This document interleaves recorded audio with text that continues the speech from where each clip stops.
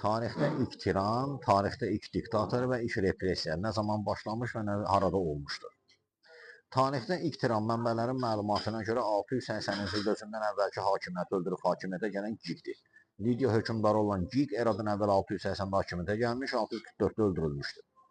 Mernatlar sülaləsinin əsasını qoymuşdur ki, bu sülalənin hakimiyyətini 2-ci Kir 547-ci ildə son qoymuşdur.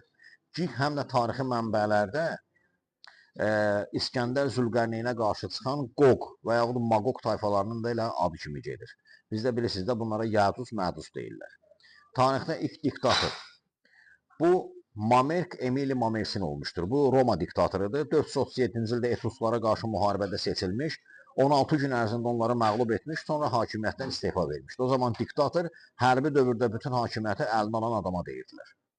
Tarixdə ilk repressiya nə zaman olmuşdur? Bu eradan əvvəl 82-81-ci illərdə Sullanın hakimiyyəti zamanı həyata keçirilmişdir. Belə ki, o proskripsiya siyahıları həyata keçirilmişdir. Proskripsiya sözün mənası elan deməkdir və həmin siyahılar nəticəsində onun əleyhinə olan insanlardan, yəni Qay Marinin tərəfdarlarından, Sezarın dayısı idi, 17 minə yaxın insanı öldürmüşdülər. Və tarixdə də ilk repressiya məhz bu hesab olunur.